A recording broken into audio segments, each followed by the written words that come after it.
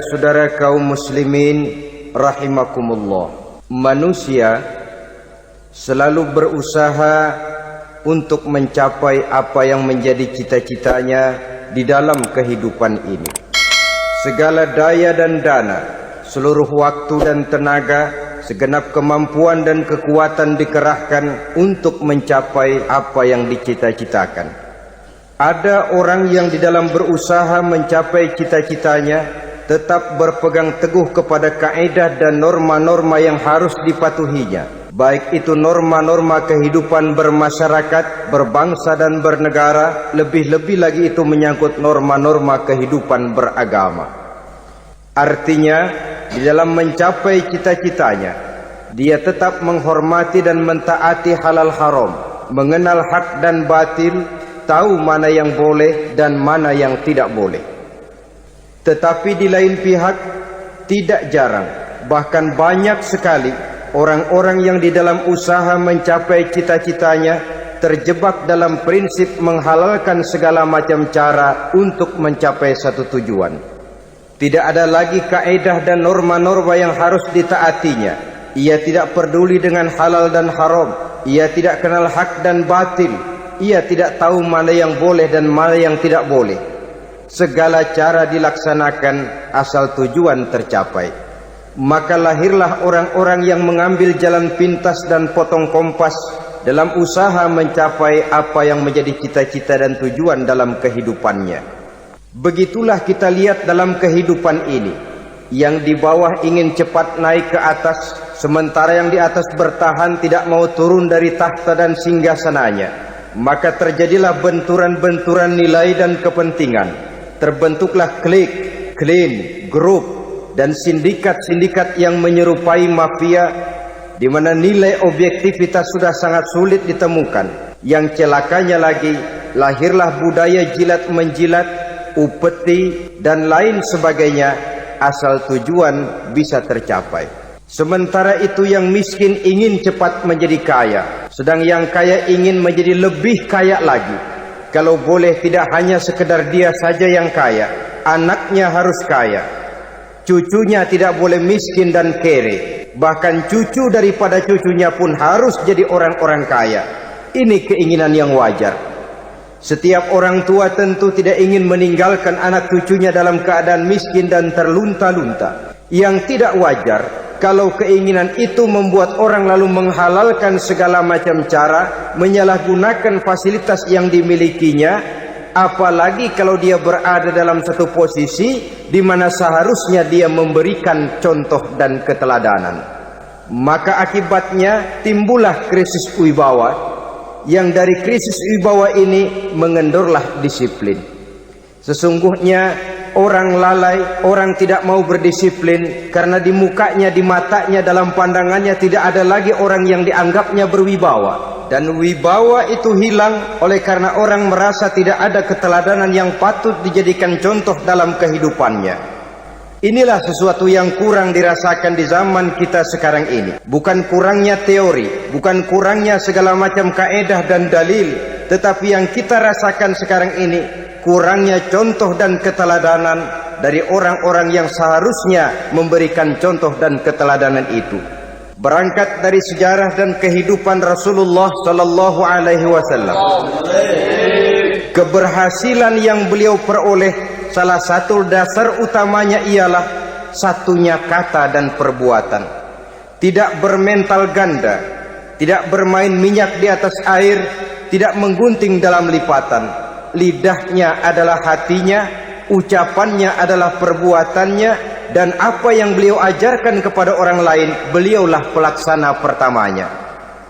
Saudara-saudara kaum muslimin rahimakumullah, sementara itu pada sisi lain, yang miskin ingin cepat menjadi kaya, maka ia terjebak dalam prinsip tujuan menghalalkan cara apapun saja dilaksanakan asal dia bisa segera menjadi kaya. Maka salah satu jalan yang banyak dilaksanakan orang untuk mencapai kekayaan tanpa harus peras keringat dan banting tulang seperti umumnya orang adalah melalui satu jenis permainan yang umumnya kita kenal dengan nama judi. Ada dua bentuk dan pola daripada judi. Walaupun seiring dengan kemajuan ilmu pengetahuan dan teknologi canggih, peradaban manusia semakin tinggi, maka jenis macam judi yang dimainkan oleh manusia ikut-ikut menjadi canggih. Tetapi pada umumnya ada dua jenis macam judi itu. Pertama, ada judi yang dilakukan secara langsung, dalam arti seorang petaruh berhadapan dengan bandar atau orang berhadapan dengan orang. Dari judi yang dilaksanakan secara langsung ini, efek negatif yang segera bisa kita lihat dengan nyata. Pertama, timbulnya rasa dendam dan permusuhan. Walaupun orang nampak duduk berhadap-hadapan, walaupun kelihatannya mereka tertawa satu sama lain, tapi yakinlah itu cuma sekedar kulit saja. Pikiran yang ada dalam benak tiap-tiap orang yang terlibat dalam perjudian tidak lain ialah bagaimana saya bisa mengalahkan lawan main saya. Akibatnya tentu bisa kita pastikan akan timbullah dendam dan permusuhan bagi yang kalah, akan timbullah rasa sombong dan menganggap remeh orang lain bagi yang menang. Yang kedua, lalainya orang kepada apa yang menjadi tanggung jawab dan kewajibannya. Orang bisa lupa kepada anak dan istri. Kalau kepada anak dan istri saja sudah bisa lupa, apalagi kepada yang lain. Sebab anak dan istri memang merupakan bagian daripada kehidupan kita. Konon lagi saudara, konon lagi keluarga yang lain, anak istri saja bisa terlupakan oleh penyakit dan permainan yang bernama judi ini. Yang ketiga, hilangnya rasa sayang kepada harta. Harta yang didapatnya dengan peras keringat dan banting tulang. Mungkin pergi pagi dan pulang sore. Setibanya dia di meja judi, apalagi uang tadi sudah bertukar dengan dalam bentuk koin, maka rasa sayang kepada harta itu tidak akan pernah ada lagi. Tetapi saudara-saudara, bagaimanapun juga, judi dalam artian langsung semacam ini hanya melibatkan orang-orang tertentu. Artinya selektif. Ada judi yang lebih berbahaya daripada jenis ini, perjudian massal. Taruhlah roulette dan kasino itu judi. Tetapi judi jenis roulette dan kasino ini bahayanya hanya untuk orang-orang tertentu yang memang sudah mapan, kelompok elit. Masa iya bocah angon di kampung main roulette? Apa iya yang tinggal di pinggir kali kenal kasino? Ya entahlah kalau kasino Prambos ya. Dari judi massal semacam ini lahirlah penyakit yang dinamakan tulul amal. Tulul amal, orang yang terlalu panjang angan-angan. Bukan tidak boleh orang bercita-cita, sebab cita-cita itu perlu. Katanya manusia tidak makan masih bisa hidup 1 bulan lebih. Manusia tidak minum masih bisa hidup 3 hari lebih. Tapi manusia tidak punya cita-cita 1 jam pun dia tidak akan bisa hidup. Karena faktor yang membuat kita bergairah menghadapi kehidupan, faktor yang mendorong kita untuk tetap berusaha dan tegar menghadapi resiko, karena adanya cita-cita di dalam kehidupan kita. Tetapi cita-cita tanpa direalisir dengan usaha, cita-cita yang tidak berangkat dari kemampuan yang ada, pada akhirnya hanya akan merupakan cita-cita yang mengawang, tidak akan terwujud dalam kenyataan, dan akan membentuk manusia menjadi orang yang tulul amal, panjang angan-angan, terlalu muluk keinginan, tidak berangkat dari kemampuan dan kesanggupan yang ada pada dirinya sendiri. Maka penyakit inilah yang telah menghasilkan dan melahirkan penghayal-penghayal kelas berat, tukang-tukang ngelamun kelas tinggi yang hidup di angkasa luar. Dan sejarah belum pernah mencatat ada orang menjadi kaya karena judi, itu belum pernah. Saudara lihat saja orang kaya yang namanya Adnan Khashoggi, orang kaya yang namanya Henry Ford, orang kaya yang namanya Aristotle Onassis, orang kaya yang namanya David Rockefeller, itu seluruhnya menjadi kaya bukan karena mereka terlibat dalam perjudian, tapi karena kerja keras, peras keringat, banting tulang. Dan itu dimulai sejak mereka masih remaja. Sehingga ada pepatah mengatakan, many a great man start as a newspaper boy, katanya. Banyak orang besar yang mulai pekerjaannya dengan menjual koran. Artinya berangkat dari A. Banyak pengusaha mobil yang memulai pekerjaannya dari tukang cuci mobil, tapi lalu bertahap dan tegar menghadapi kenyataan, sehingga proses demi proses dia hadapi dengan tegar, dengan tabah, dengan sabar, dengan ulet, sampai kepada membuahkan hasil. Kita ingin pintas, kayaknya mau, usahanya tidak mau, senengnya mau, peras keringatnya tidak mau. Ini tentunya akan melahirkan kontradiksi di dalam kehidupan. Maka dari jenis perjudian massal semacam ini lahirlah penyakit tulul amal, panjang angan-angan, terlalu muluk cita-cita. Bayangkan saja kalau ini terjadi secara massal, menimpa nasib rakyat kita di pedesaan yang jauh dari keramaian. Tiap hari mereka dinabobokkan oleh gambaran tentang akan diperolehnya uang dalam jumlah yang banyak, dengan angka nol yang berentet. Tiap hari mereka melihat angka-angka itu. Mereka lambat laun akan terseret dalam arus tulul amal ini. Panjang angan-angan, muluk cita-cita, hanya dengan mengandalkan meja perjudian. Akibatnya timbul penyakit yang kedua, yang ketiga, yaitu malas berusaha. Orang kalau sudah terlalu asik berkhayal, menghitung bintang di langit, malas berusaha. Kalau ada temannya kerja jadi buruh kasar, bawa hasil yang merupakan jerih payah dan peras keringat dia, satu minggu bergaji 10-15 ribu, diketawain. Apaan gaji lu 10 ribu, 15 ribu? Entar gua nih kalau ketembus 100 juta, entar. Yang 10 ribu dan 15 ribu keringat orang itu dihina, itu dicela. Tetapi dia selalu menghitung, entar nih gua. Entarnya wallahu a'lam.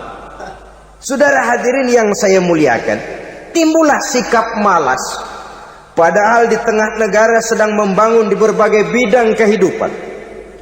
Maka sifat malas ini merupakan musuh kita.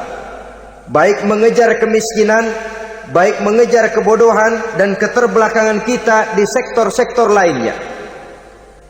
Alangkah akan terganggunya roda pembangunan di negara kita ini jikalau sebagian besar rakyat dihinggapi oleh penyakit malas, yang malas ini dilatar belakangi oleh penyakit tulul amal, terlalu muluk angan-angan, yang angan-angan ini dininabobokan oleh keinginan untuk mendapatkan untung yang besar tanpa peras keringat dan banting tulang.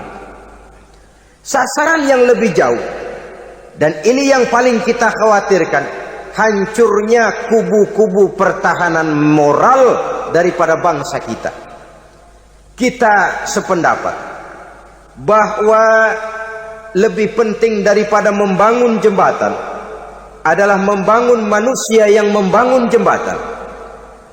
Bahwa lebih penting daripada mengaspal jalan raya adalah membangun mental manusia yang melaksanakan pengaspalan itu. Dengan kata lain, membangun dan mempersiapkan manusia pembangunan.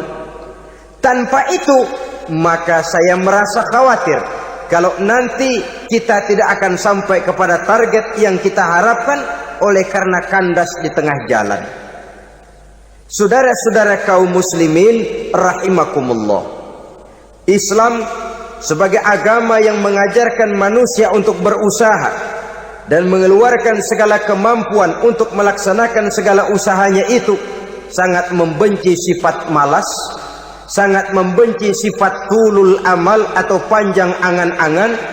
Dan oleh karena judi melahirkan dua sifat itu, Islam sangat menganjurkan pengikutnya untuk menjauhi segala macam jenis perjudian, baik yang terang-terangan maupun yang dilakukan secara samar-samar, tidak ketara, judi canggih sesuai dengan canggihnya teknologi daripada manusia itu sendiri.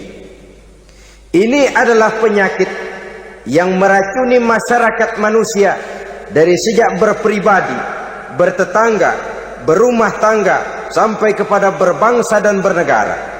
Dan kasus-kasus yang timbul sudah cukup banyak, yang tidak mungkin lagi kita katakan hanya sekedar bersifat kasuistis, bersifat kasus-kasus kecil saja. Sebelum riaknya naik ke permukaan, marilah kita membuat benteng untuk masing-masing pribadi muslim memelihara dan menjaga diri, jangan terseret dalam permainan yang bernama judi, apapun bentuknya, bagaimanapun cara dan ragamnya, karena jelas bahayanya lebih besar daripada manfaatnya. Taruhlah kita barangkali kemarin-marin hanyut dalam arus perjudian, tetapi hendaknya kita bisa mengambil pelajaran bahwa seorang mukmin adalah seorang yang apabila dia melakukan kesalahan, dia segera sadar, dijadikannya pelajaran untuk tidak diulanginya lagi pada masa-masa yang akan datang. Dengan sikap semacam itu, kita tidak lagi akan mengulangi kesalahan-kesalahan lama, dan grafik kehidupan kita dari hari ke hari akan makin menunjukkan hal-hal yang baik dan positif adanya. Saudara-saudara kaum muslimin rahimakumullah, kalau ABRI masuk desa, rakyat beruntung. Kalau jaksa masuk desa, rakyat bahagia. Kalau koran masuk desa, rakyat ikut jadi cerdas. Tapi kalau judi masuk desa, rakyat kiamat. Pembangunan akan terbengkalai, roda perekonomian akan lesu. Karena mestinya orang membelanjakan uang untuk sesuatu yang dia perlukan, akhirnya dia belanjakan untuk sesuatu yang dia tidak perlukan, karena gambaran, khayalan akan mendapat keuntungan yang jauh lebih besar lagi. Padahal istilah orang-orang tua kita dulu, lebih baik makan singkong betulan daripada makan roti ngimpi. Artinya uang yang 1.000-2.000 rupiah itu lebih baik dibelikan beras, dimasak, makan bersama anak dan istri, terasa nikmat dan halalnya, ketimbang beli kertas lalu ngelamun, menghayal, menghitung yang bukan-bukan. Itu kertas dibolak madep ulon, dibolak madep mudik, diputar sana, diputar sini, akhirnya palanya ikut muter. Kira-kira apa yang cocok? Masih belum puas, kertas dilihat, orang gila ditanyain. Sudah tahu waras, orang gila yang ditanya. Masih belum puas, nanya orang gila, tidur di kuburan. Allahu Akbar. Padahal di rumahnya tempat tidurnya empuk, anget, nggak ada nyamuk. Kuburan, tidur di kuburan. Dampak-dampak negatif yang semacam ini pada gilirannya mau atau tidak mau akan menyeberang kepada garis akidah, membahayakan dan mengancam nilai-nilai tauhid yang kita miliki. Sudah kertas dibolak-balik, tidak puas, orang gila ditanya. Orang gila ditanya belum maram, tidur di kuburan. Barangkali ada bisikan. Saudara hadirin yang saya muliakan, memang walaupun wahyu sudah berhenti, tapi Allah masih memberikan ilham kepada hamba-hambanya yang dikehendakinya. Tetapi ilham itu bentuknya positif. Kalau saudara pagi-pagi berniat, tahu-tahu datang pikiran nanti malam mau ngaji, itu namanya ilham. Kalau saudara sedang merenung, tahu-tahu datang pikiran, saya mau sedekah, itu namanya ilham. bentuknya positif. Tapi kalau ngelamun tahu-tahu datang pikiran nomor sekian sekian sekian pasang, itu bukan ilham, itu belis.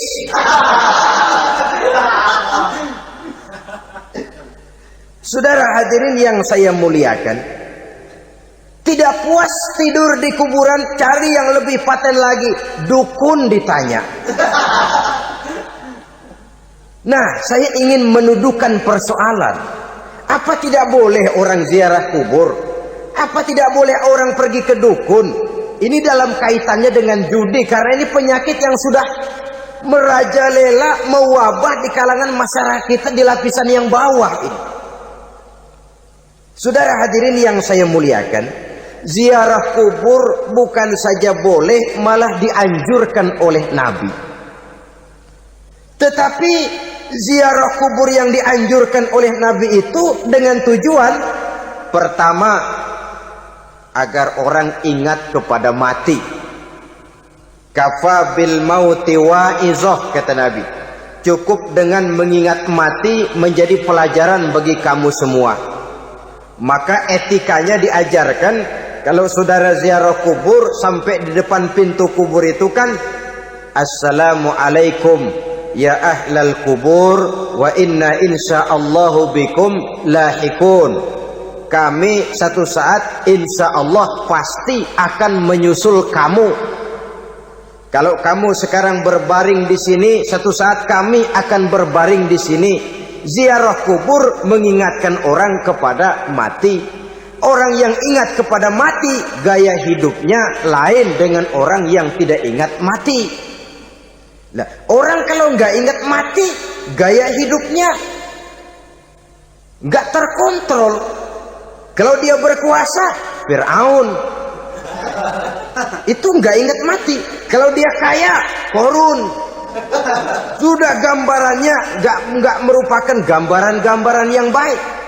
Orang yang ingat mati, dia berkuasa, dia berlaku adil. Suatu saat saya akan mati dan ini akan dimintakan pertanggungan jawab. Orang kaya ingat mati, dia akan jadi pemurah. Kenapa?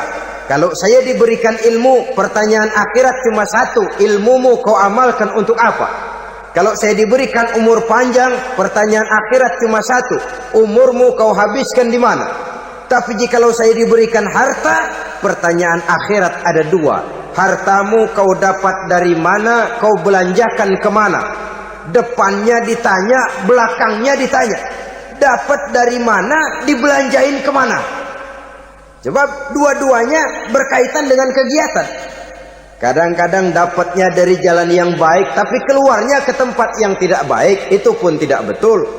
Atau dapatnya dari yang tidak baik, tapi dibelanjakan untuk yang baik, itu pun tidak bisa diterima.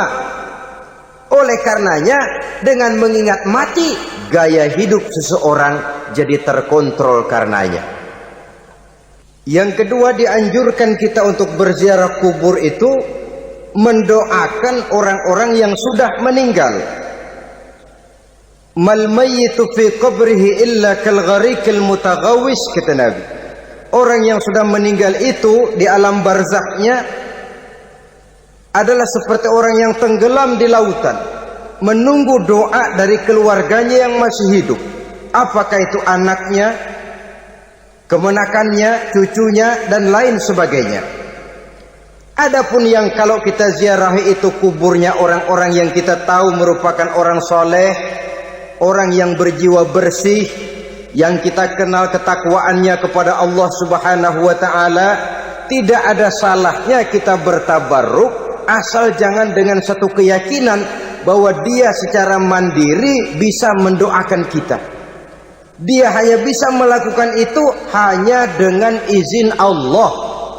Nah, umumnya orang kalau sudah ziarah ke kubur-kubur keramat itu, Allahnya kelupaan. Itu yang dikhawatirkan merusak dan mengganggu akidah. Sehingga di awal-awal perkembangan Islam, Nabi pernah melarang orang ziarah kubur itu. Ini bisa kita simak dari hadis, kuntu nahaitukum an ziyaratil qabri fazuruha. Dahulu aku pernah melarang kamu untuk ziarah kubur. Adapun sekarang kalau mau ziarah, ziarahlah kamu.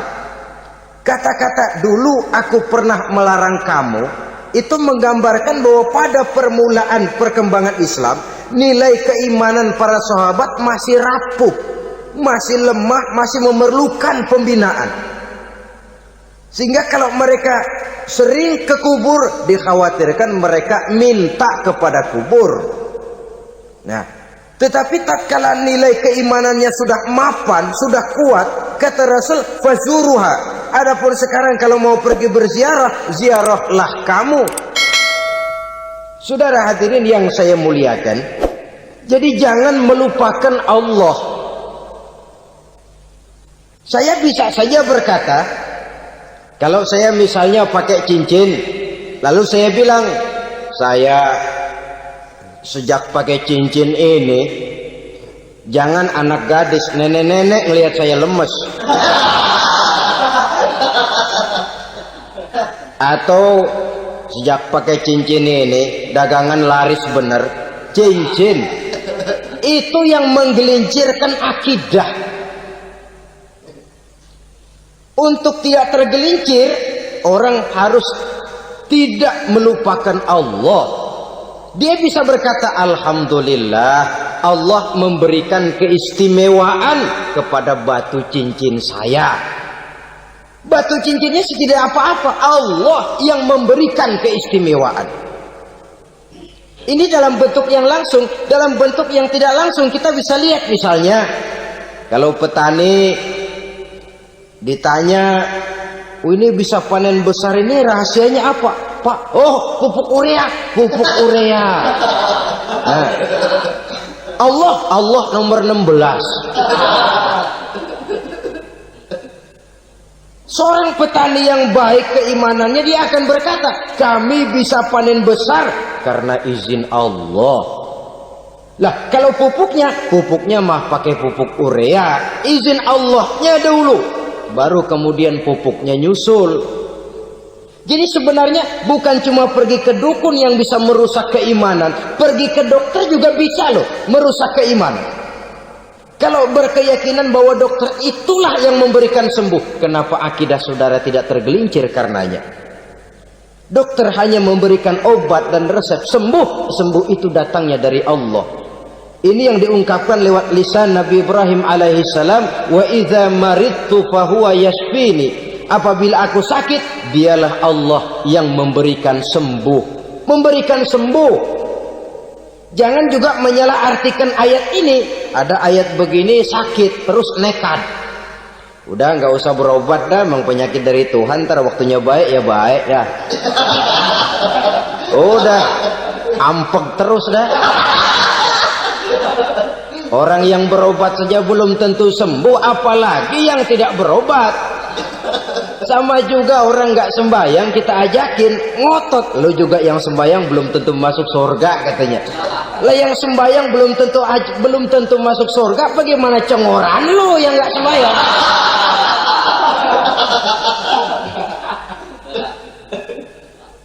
Saudara hadirin yang saya muliakan, kaum muslimin yang berbahagia.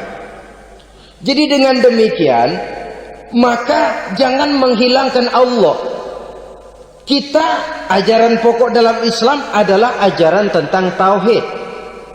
Nah, tauhid ini menyangkut mengesahkan Allah, baik di dalam zatnya, baik di dalam sifatnya, baik di dalam perbuatannya, baik di dalam beribadah kepadanya. Tauhid dalam ibadah itu ada. Tauhid dalam zat artinya zat Allah itu tidak tersusun, tidak terdiri dari bagian-bagian yang bisa dipecah-pecah. Ya seperti kita ini kan ada kepala, ada kaki, ada tangan. Allah tidak tersusun zatnya dari bagian-bagian. Esa zatnya tidak bisa dibagi-bagi. Esa sifatnya artinya Allah itu sifatnya tidak pernah berubah. Sejak dahulu sampai sekarang, Allah itu cinta kepada orang beriman yang melakukan kebaikan.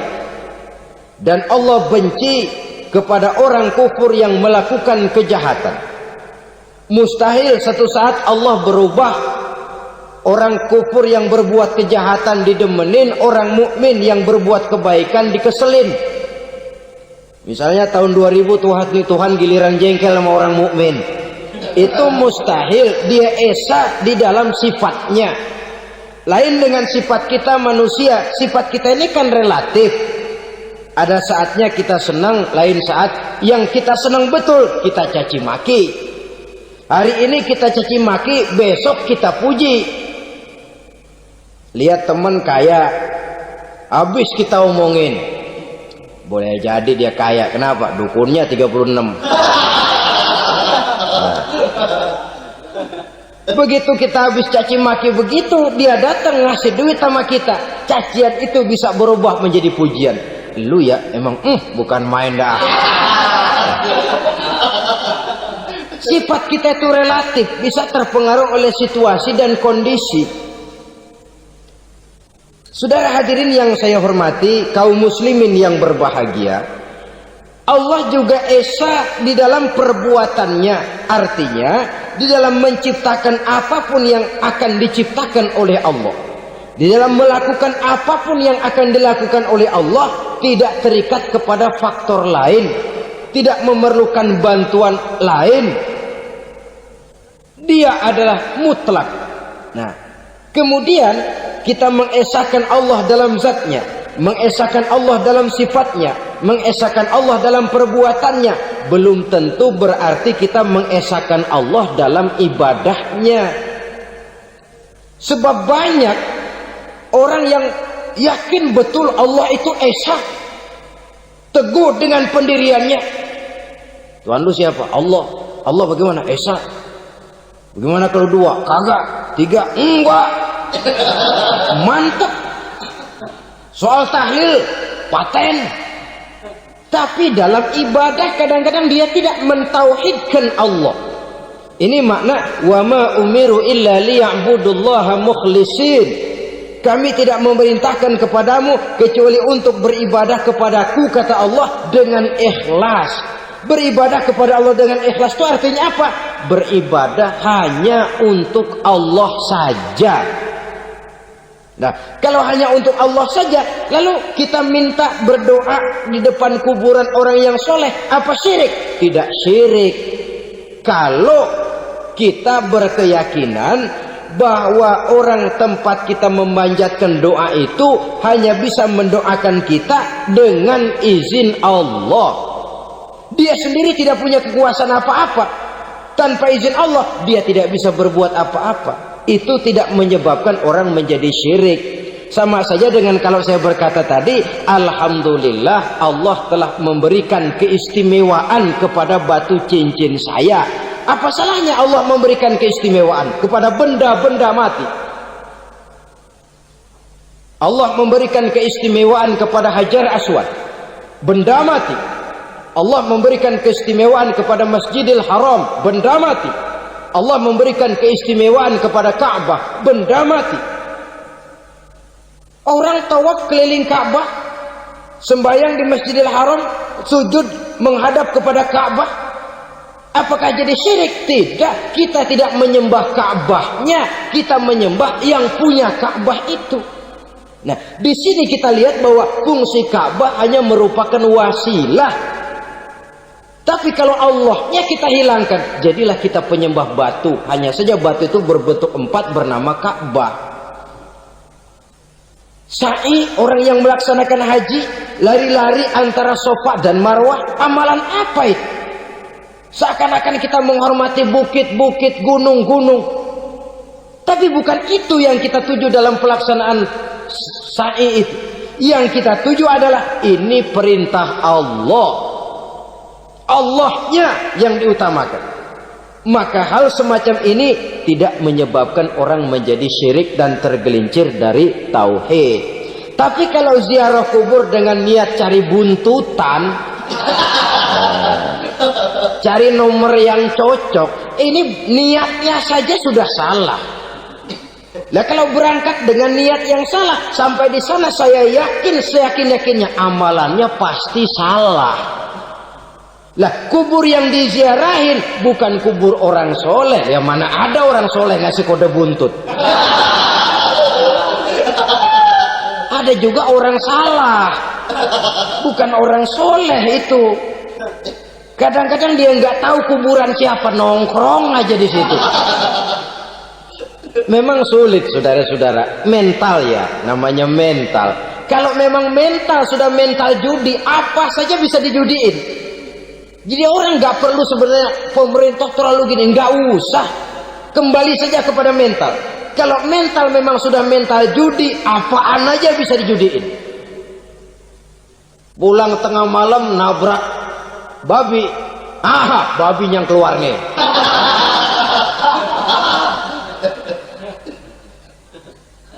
Mobil lewat nomornya bisa dijudiin, bajai lewat bajai bisa dijudiin. Mental, kalau memang mental sudah mental judi, apapun saja bisa dijudikan. Saudara hadirin yang saya muliakan, lalu bagaimana dengan dukun? Ya, saudara hadirin, pergi ke dukun hakikatnya sama dengan pergi ke dokter. Orang berusaha melaksanakan yang namanya syariat, hakikatnya kembalikan kepada Allah. Syariatnya kita laksanakan. Tetapi, nah ini tetapi, yang pertama saudara harus tahu betul dukunnya itu bayang apa enggak, agamanya kuat apa enggak. Sebab ya tentu tidak ada dukun yang jelek, karena pada umumnya penyakit dukun itu kan nyohor, iklan lewat koleha-kolehanya. Kita bisul kecil datang, kata dukun, ini si kecil kemarin bisul kayak kelapa 5 menit baik. 5 menit padahal kemarin kagak ada yang datang. Diolah sedemikian rupa supaya orang mantap. Jadi jangan asal sembarangan. Kadang-kadang lihat potongan dukunnya aja kita ngeri. Mukanya sudah kremot, nggak pernah tersentuh air wudhu. Jangankan air wudhu, mandi aja jarang. Yang kayak begini yang dipegang mati-matian, yang dipercayai habis-habisan, akan kita kemanakan tauhid kita ini? Apalagi kalau perginya sudah dengan niat mencari nomor yang jitu. Itu saya katakan lagi tadi, berangkat saja sudah dengan niat yang salah. Orang berusaha silakan. Sama juga kita ke dokter. Oleh dokter kan setelah diperiksa penyakit kita, lalu dianalisa, oh ini penyakitnya ini. Kemudian diberikan obat. Lah, obat itu kan tentu ada aturan minumnya tuh. Yang kapsul ini sehari 3 kali, yang tablet ini sehari 2 kali. Kalau kita minumnya kelebihan, overdosis namanya. Saking pengen cepet baik, sekali minum 10 tablet. Ya memang nggak sakit-sakit lagi, tapi nggak hidup sudah. Habis. Kita pun dalam melaksanakan amalan hidup beragama begitu. Saudara datang kepada kiai, orang-orang soleh, meminta amalan, wiridan, itu jangan sampai overdosis. Tidak sesuai dengan kemampuan pribadi. Wong masih SD sudah minta matematika kelas SMP, celeng. Baru SMP sudah minta diajarkan filsafat kelas perguruan tinggi, semaput. Kenapa? Daya tampungnya nggak kuat. Emang ukuran secangkir, minta disiin seember, ya luber. Lebihnya nggak cukup. Kenapa? Yang diberikan, yang diamalkan tidak sesuai dengan makomnya, tidak sesuai dengan kemampuan yang ada pada dirinya. Saudara hadirin yang saya muliakan, akhirnya apa? Mencelakakan dirinya sendiri. Ngawur. Baru sembahyang seminggu udah ngaku ketemu malaikat. Sembahyang ditemenin malaikat lah, sembahyang baru seminggu mulai. Itu malaikat iseng amat. Ya walaupun kalau Allah izinkan tidak mustahil, tapi kan tidak logik. Orang yang melaksanakan ibadah puluhan tahun memerlukan riyadhah dan latihan, khusyuk dan tawadhu, penuh tazallul, merendahkan diri di hadapan Allah, belum tentu mendapat karunia yang semacam itu. Saudara hadirin yang saya muliakan, jadi dengan kata lain, yang pertama, lihatlah dulu kualitas dukun yang akan saudara datangi itu. Ini kualitas black apa kualitas white, aspal apa cat putih, sehingga jangan sampai kita salah pilih. Sebab biasanya orang kalau sudah hanyut di kali, rumput pun dia pegangin. Dia tahu kalau rumput tidak akan bisa menahan bobot badannya, tapi karena posisinya posisi terjepit, rumput pun dia pegang. Ini satu gambaran psikologis betapa orang dalam keadaan panik, kepepet, kejepit, yang tidak mestinya dipegang pun akan dipegangnya juga. Walaupun dia tahu itu tidak akan bisa menahan bobot badannya, namun dipegangnya juga. Oleh karenanya, yang pertama, lihat dulu kualitas dukunnya. Yang kedua, saudara-saudara, jangan berkeyakinan bahwa dukun itulah yang memberikan permintaan saudara. Si dukun hanya bisa dengan izin Allah. Nah ini kuncinya. Kalau izin Allahnya dihilangkan, dan ini yang jarang. Biasanya kalau kita diajak ke dukun, di sono aja no paten banget. Abah ano, abah ini, abah ano, abah-abah. Lah, lalu pikiran kita kan terfokus. Dikala itulah kita mulai menyampingkan Allah. Di situ yang dikhawatirkan nilai tauhid kita jadi tergoyah karenanya. Bahwa orang yang kita datangi, yang kita kenal kesolehan dan ketakwaannya, hanya bisa memberikan pertolongan dengan izin Allah. Dengan izin Allah dia doakan kita dan doanya kabul.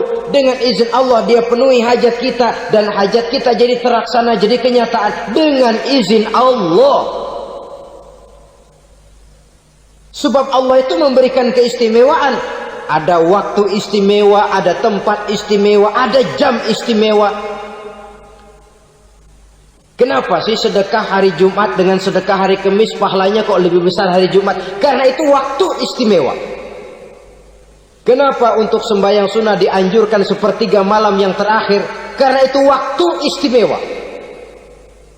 Kenapa doa di Multazam, di dekat Hajar Aswad, di Hijr Ismail, di Raudhah dikabulkan Allah? Karena itu tempat istimewa.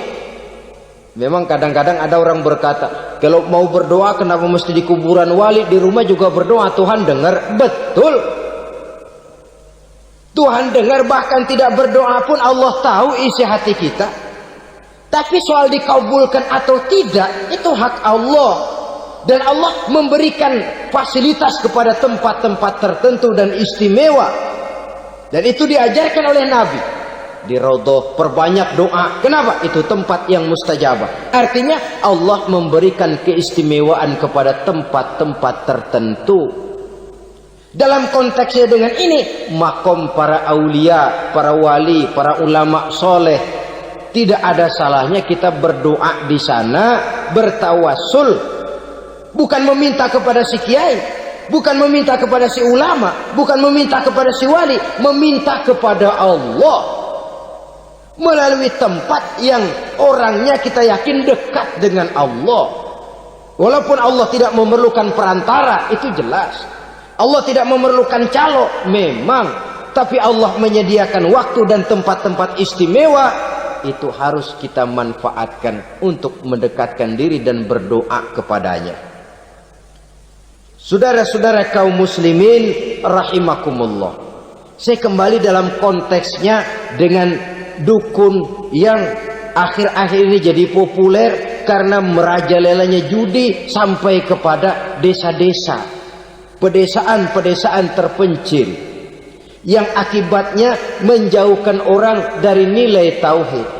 Padahal benar kalau orang berkata kazabal munajjimun walau sodaku, tukang-tukang ramal itu bohong walaupun benar. Kalaupun betul, kebetulan. Itu maksudnya bohong walaupun betul. Betulnya betul kebetulan. Maka para remaja itu biasanya gemar kepada membaca bintang Anda minggu ini, kan begitu toh? Nah, apa Aries, apa Virgo, apa Leo dan sebagainya, dan itu memang menarik untuk dibaca. Rezeki sebelah kulon. Asmara anget. Saudara hadirin, hal yang semacam ini boleh saja untuk dibaca, tapi tidak untuk diyakini kebenarannya. Boleh saja untuk dibaca, tapi tidak untuk diyakini kebenarannya. Karena meyakini kebenarannya sama saja dengan mendahului Allah. Dan itu bisa menggelincirkan nilai-nilai tauhid kita. Tauhid dalam ibadah saya katakan tadi, menyembah hanya kepada Allah, bermohon hanya kepada Allah dengan menggunakan fasilitas-fasilitas yang disediakan oleh Allah, baik berupa waktu maupun tempat-tempat tertentu. Dan orang-orang ya, kalau waktu dan tempat saja ada yang diberikan keistimewaan oleh Allah, padahal tempat itu benda mati, apalagi manusia yang merupakan makhluk hidup. Saudara hadirin yang saya muliakan, saudara-saudara kaum muslimin yang berbahagia, sehingga dengan demikian kita tetap menjaga nilai-nilai akidah. Dan dengan ini syariat kita laksanakan tanpa membuang hakikat. Sebab hakikat tanpa syariat itu kosong. Syariat tanpa hakikat juga tidak ada tujuan. Yang penting hati bersih, nggak sembahyang nggak apa-apa. Mana bisa begitu, Mas?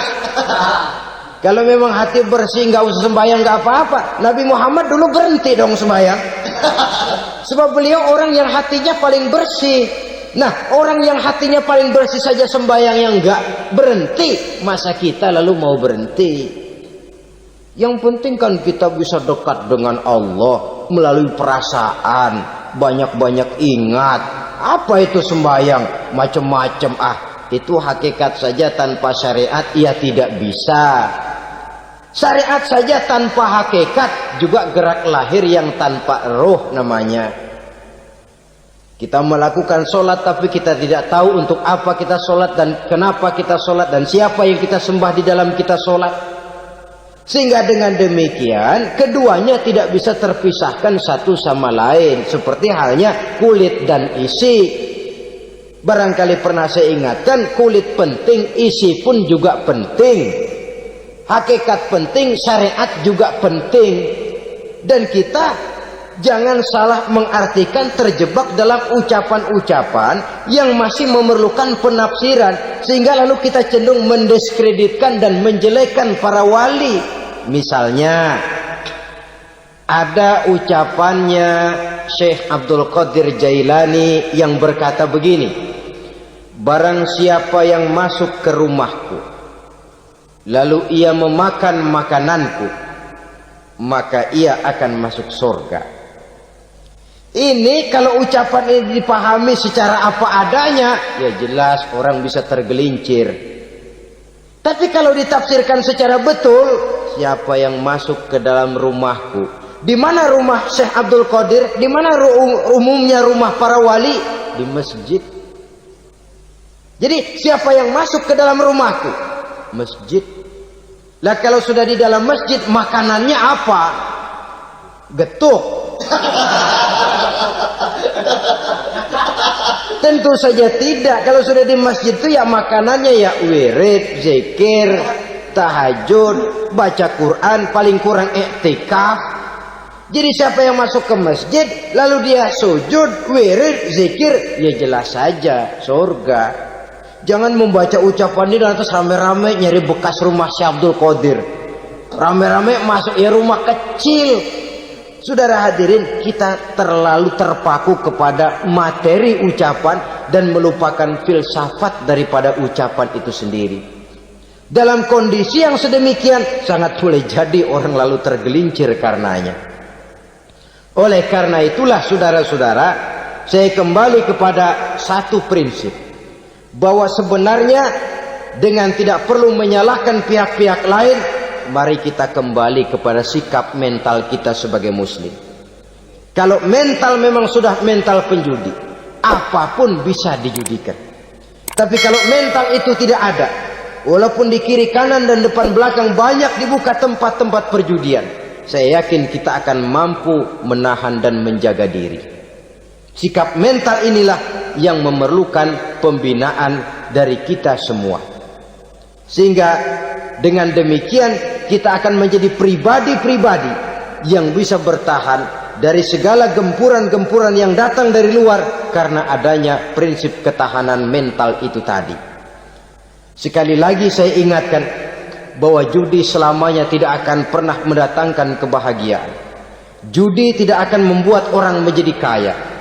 Judi tidak akan membuat orang makin akrab berteman dan bersaudara.